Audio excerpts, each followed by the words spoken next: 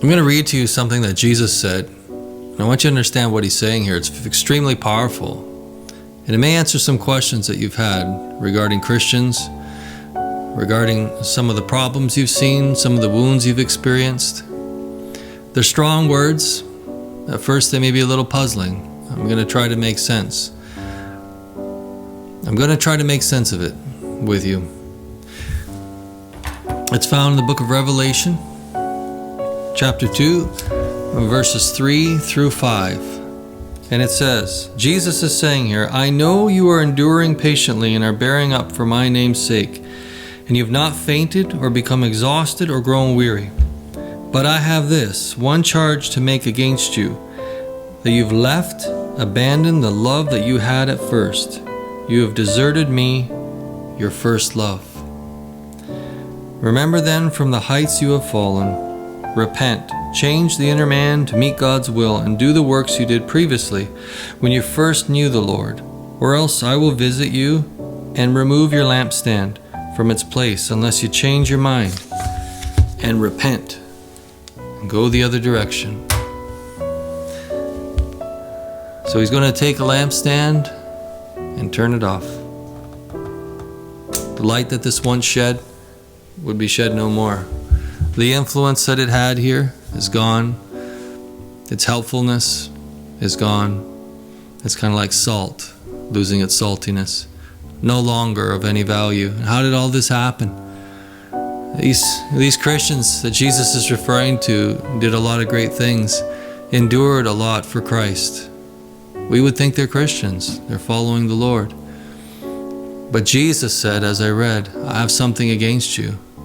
And it's large enough that I'll remove your influence. Remove what made you be so brilliant.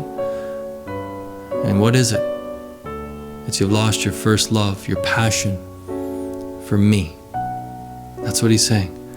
You've lost your passion for me. I'm no longer your first love. You just love everything else but me. It's like there's a culture that's built around Jesus that sometimes people love a lot more than Jesus himself. Sometimes Jesus is actually escorted out the back door. It's almost like he's no longer needed. It's sad. Jesus is calling us to make him our first love.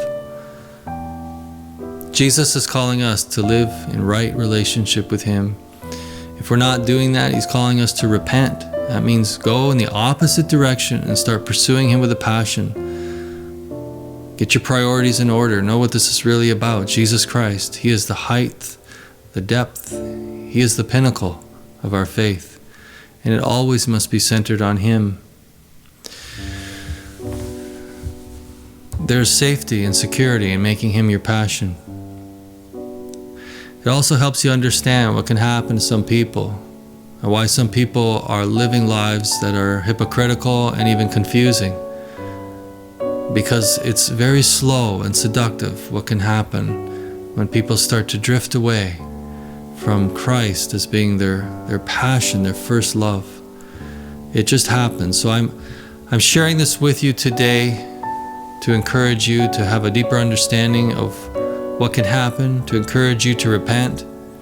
I've been in this place myself. I know exactly what it's like to drift. And I just thank God that he spoke to me through his word, this powerful word right here in Revelation, and called me back to have a passion for him where it all started. And sometimes I had to go back and remember what it was like at first, when I would spend time with him and be so excited about him. I made it my goal to get back to that place. And it can be done. Sometimes it means dropping things that we're doing and making that our priority to get the lampstand turned back on again. I believe that the Lord will turn it back on again as we repent.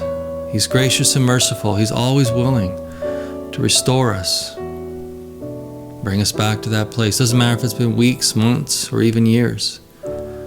So I encourage you today to make Jesus Christ your passion, your first love, above all. Thank you again.